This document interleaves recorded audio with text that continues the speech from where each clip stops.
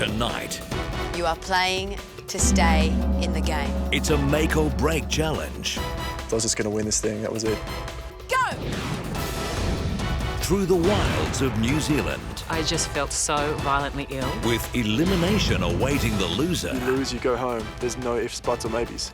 Everything is on the line. This is how the people on Titanic died. At race's end, someone is going home.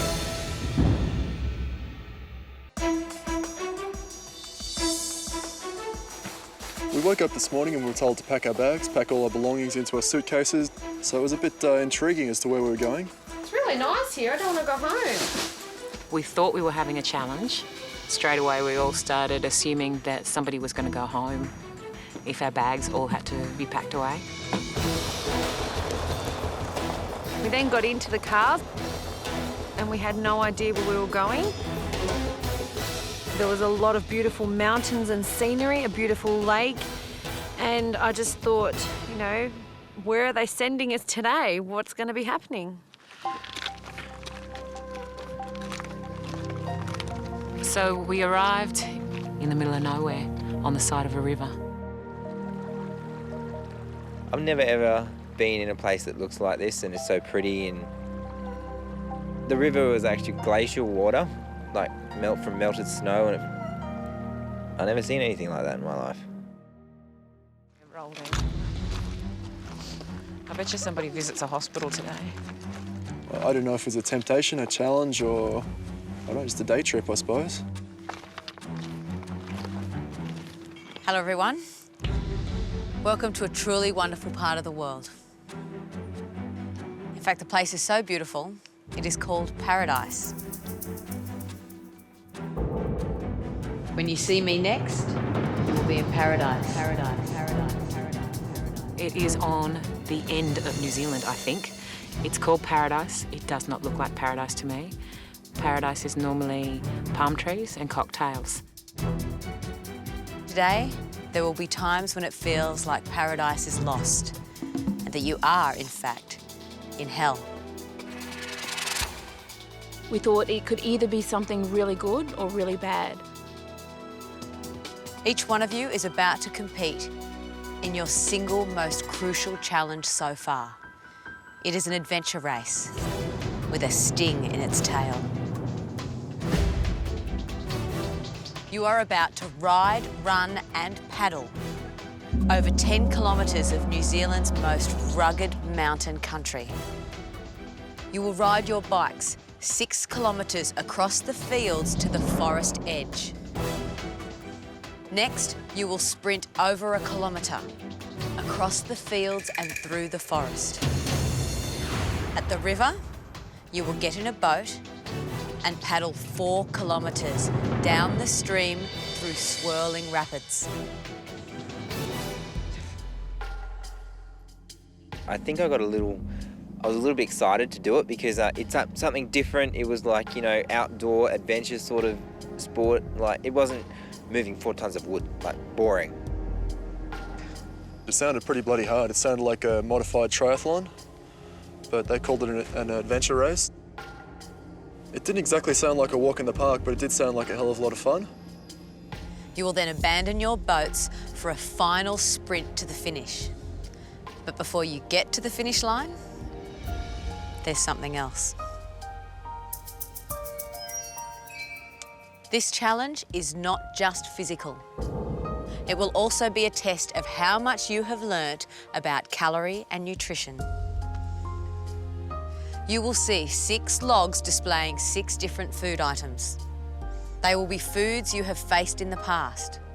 You must choose the food item that you believe contains the lowest calories. The only thing that bugged me was the calorie counting, because I'm not particularly good at it. Doesn't matter how many times you read your calorie books, you have an idea of what's higher and what's lower, but if it came within 10 or 20 calories of something else, it might be a bit difficult. So I knew I'd just have to wait till I got there to work out what my choices would be. There is no prize for the winner, but you will not want to lose. Of course not. I'm starting to learn that there's many twists and turns to this game, so you just, have to expect the unexpected. You've all packed your bags because 5 of you will be saying goodbye to one contestant right here in Paradise.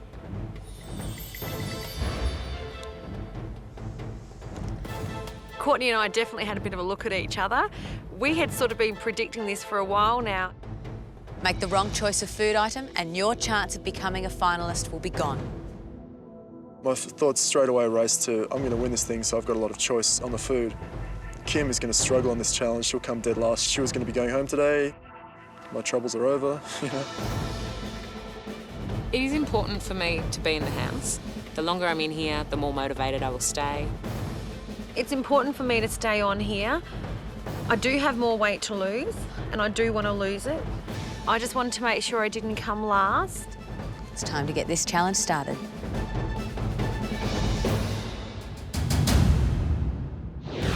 Next on The Biggest Loser, Your most important challenge so far. trouble in paradise I just felt so violently ill. in a sudden death race to the finish.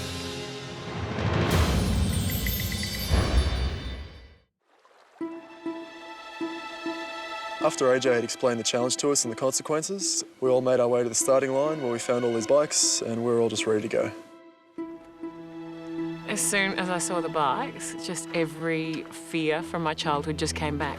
I hate bikes. I had a really bad injury when I was about 13. Got a number of stitches and I saw my kneecap. So I have never been back on a bike since. I don't like them. This is your most important challenge so far. You are playing to stay in the game. I'm a very competitive guy. I always want to win. I kind of wake up in the morning and I want to win. All that was going through my mind is that I want to beat Chris, I want to beat Chris, I want to beat Chris. Because Chris is always going, oh, I'm so fit, I'm so strong, like, I'm the best, So I was just going to win this thing, that was it. Are you ready?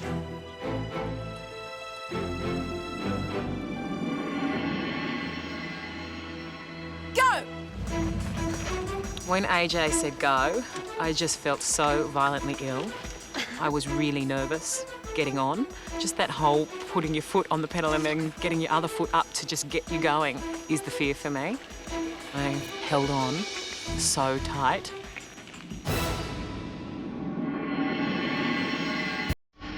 Me and Damien took out on the bikes first. It surprised me how quickly he could move on that bike. Like, he's the biggest guy here and he could still fly on it. And I thought, oh, well done. I haven't been on a bike for about 20 years, not since I was in about year 7 or year 8. Out of the 3 different elements of the challenge, I was probably more worried about the biking because I knew there'd be a few hills in there somewhere. Damien was in front of me for a little while and then I overtook him.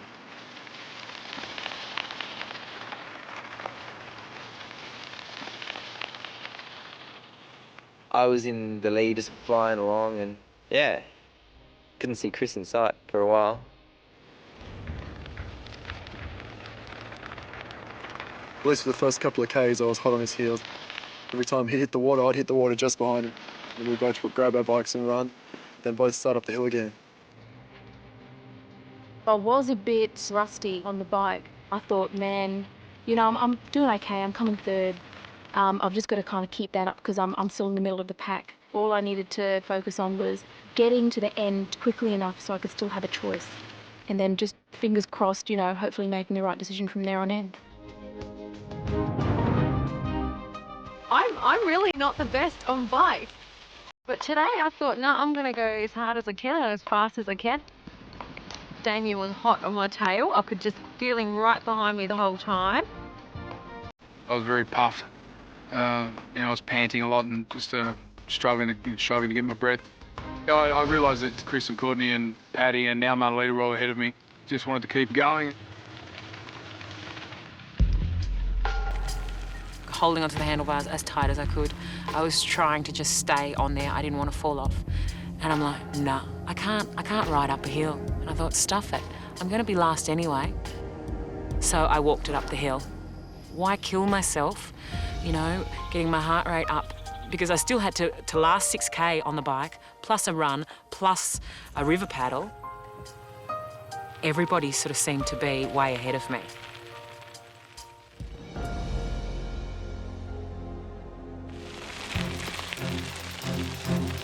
Chris had caught up and he was right behind me, and all that kept going through my mind is what can I do to get in front and get more of a lead, like cut the corner or, you know, keep going through the water and not get off the bike on the water.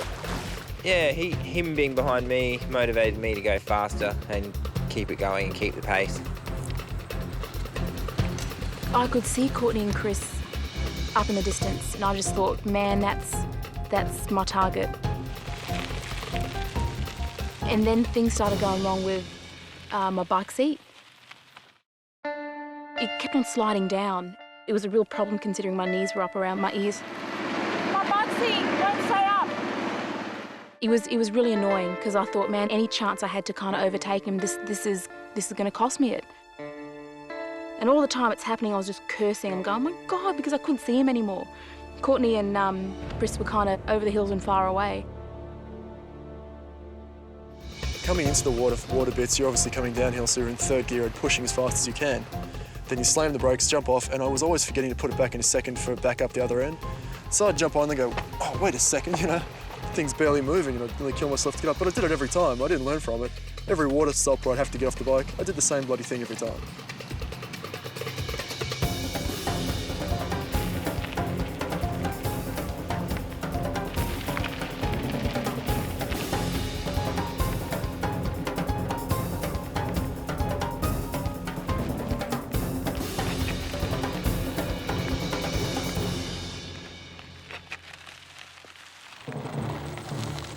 I just put in everything I had, and once I got to the part where I had to dump the bike and do the run, I was feeling quite confident that I could keep in front of Chris because running is like one of my strengths. The last burst, I was standing up and just flying as fast as I could. I'd let Courtney get too far in front of me. His leader just started to expand and expand, so then I really started to panic. If I lost it, I could be stuck with the worst food and go home today. I was really struggling to reel him in. I really, really wanted to beat him, and that was my pretty much goal for the day. And he's probably the biggest contender, taking out the Biggest Loser title. Ahead, Courtney's in the lead. But for how long? As the race for survival takes a nasty turn. I couldn't breathe.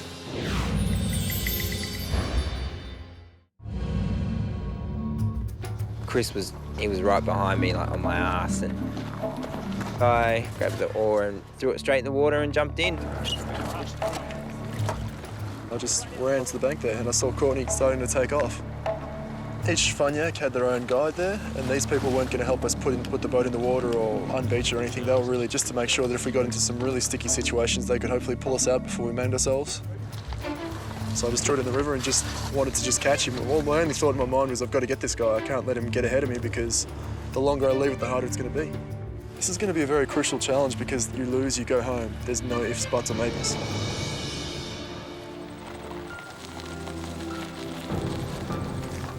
I couldn't see anyone behind me. To tell you the truth, I didn't even look. I just thought, you know, keep your head down and keep going. I wanted to kick ass today because once we got to the end, the person who chooses the item of food with the highest calories would be going home right there and then.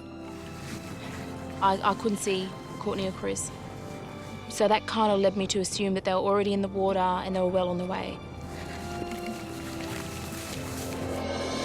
He had probably about a 50 metre, maybe 100 metre lead on me at that stage. I thought upper body-wise, I've got more strength than him and I'm a little more crazy in the head, so I figured I'd get him one way or another.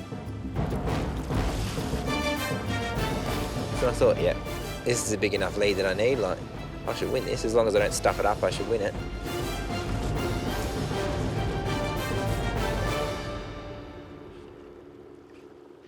Damien's a very fit guy for his size. He's extremely fit.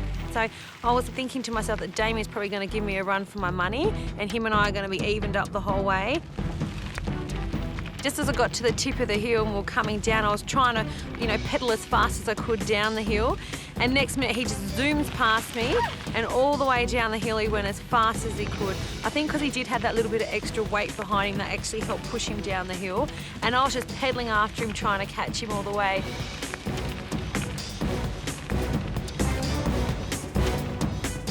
pulled into the finish of bike leg, a fair ways in front of Munleader. So I just started running, but Munleader jumped off the bike. And I thought I'm just going to have to get straight into running as quick as I could. And she got ahead of me. I just didn't want to stop. I didn't want to walk. I just wanted to, you know, get there as quickly as I could.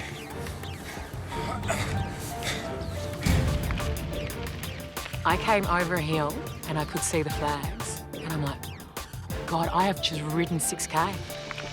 I could not believe that I had done it. God, I did it without needing stitches. I got to the flags where I could dump the bike, and I seriously dumped the bike. Never want to see that bike again, ever. I just need to keep on going. I just need to keep on doing what I'm doing and maybe just hope that by the time I get to the end, there was a salad waiting for me that was very low in calories and somebody had made a very big mistake. Ran out of the forest and down onto the riverbed, and there were all the canoes kind of lined up there. So I grabbed one, put my life jacket on, and started out into the water. I could see Courtney and Chris up in the distance. I just knew that I needed to kind of pick up my pace and catch them as quickly as possible. I really wanted to overtake them, any of them, both of them. I just pushed off, and as I was heading downstream, I looked up and I could actually see Munleader come out of the forest. So she'd kind of made up ground during the cycling and running on me. So I thought, man, I really need to kind of keep ahead in the next stretch, otherwise I could be fourth. I could see Paddy just taking off on my left there, heading downstream. I thought it would be good if I could catch up with her, but it depends on the current. It depends how I handle the canoe and whether I spin around or not.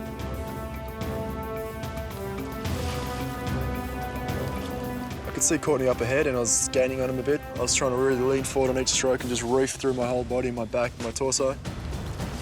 I realised how hard those bloody kayak things are, and you turn it just a little bit and then the wind would catch it and then it would turn and do a whole spin around thing and you couldn't get it back into control, and I was hopeless, absolutely useless at it.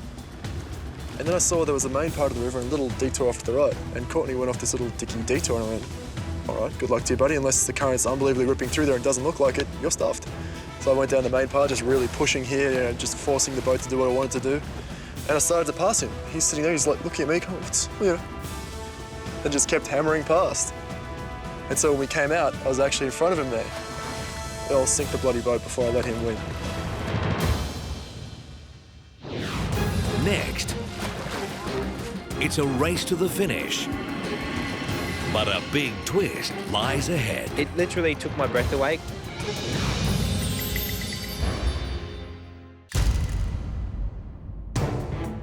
Chris overtook me, and that annoyed me because I've been in front of him ever since the beginning, and now he's overtaken me on the kayak because I can't get the kayak under control properly.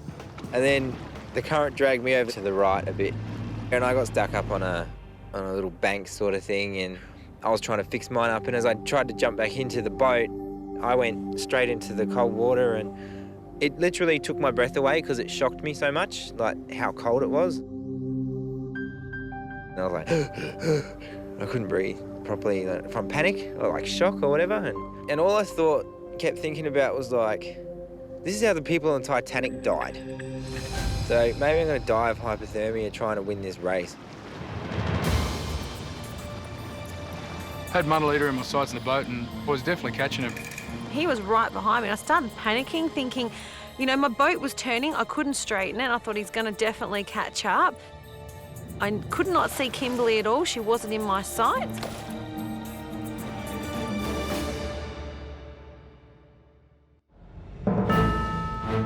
All of a sudden, Paddy comes out of nowhere and I'm like, what? Where'd you come from? And she's like, hi. And she overtook me. I overtook Courtney, and it was just kind of a matter of me working at closing the gap between myself and Chris up the front. I didn't even see Paddy coming. I didn't have a review on the Funyak, so I don't know.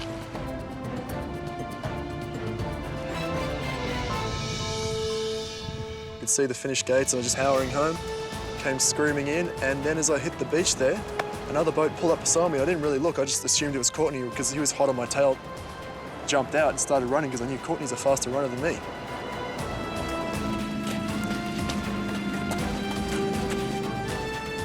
And I was the first one to get to the food. All of a sudden, instead of seeing Courtney, Paddy rocks up. I'm like, where the hell did you come from? She's like, oh, I was just behind you. I'm like, serious? Aren't you meant to be Courtney? What happened? Did he drown or something? What's going on, you know? So he obviously didn't think that there was any other threat around.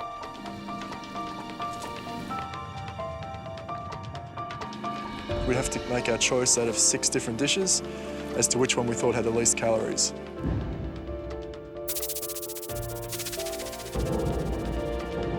The person who picked the food with the most calories was going to be sent home today. And I saw her start running towards what I thought was the moose, so I went, she knows the calories, that must be it. So I just grabbed it and ran off because I thought I don't want her to beat me through the finish line either. It was a toss-up for me between the salmon, probably be about 150, and the biscuits and dip. We used the same biscuits at the Sydney Tower Challenge, and they're around 125. And I went with the biscuits and dip.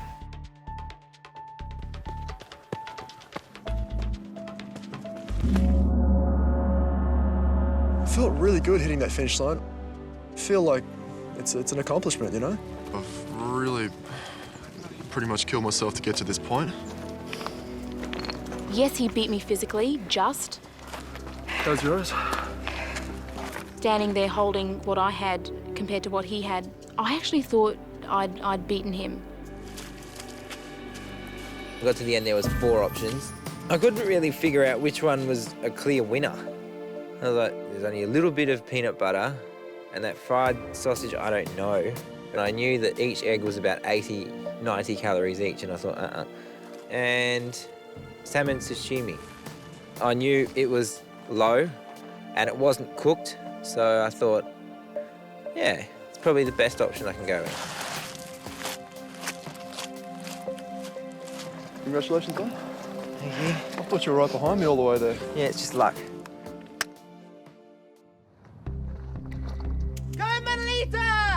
It was a hard moment. It was a bit of a struggle because I'd just done a 6K mountain bike ride and a run. Come on, Manolita! As I ran up to the food, I could see Chris, Courtney and Paddy had already passed the finish line, and I kept turning around checking where Damien was in case he snuck up behind me.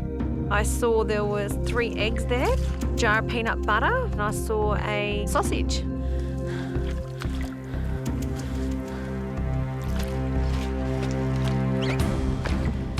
God, you guys got good ones, didn't you? Shit. 8:16. I thought, I'm probably sitting in the middle here and I really need to work out if it's the peanut butter, the eggs or the sausage.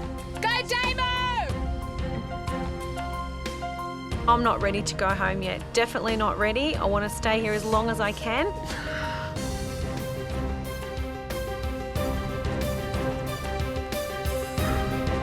I had a really bad feeling I might make the wrong decision.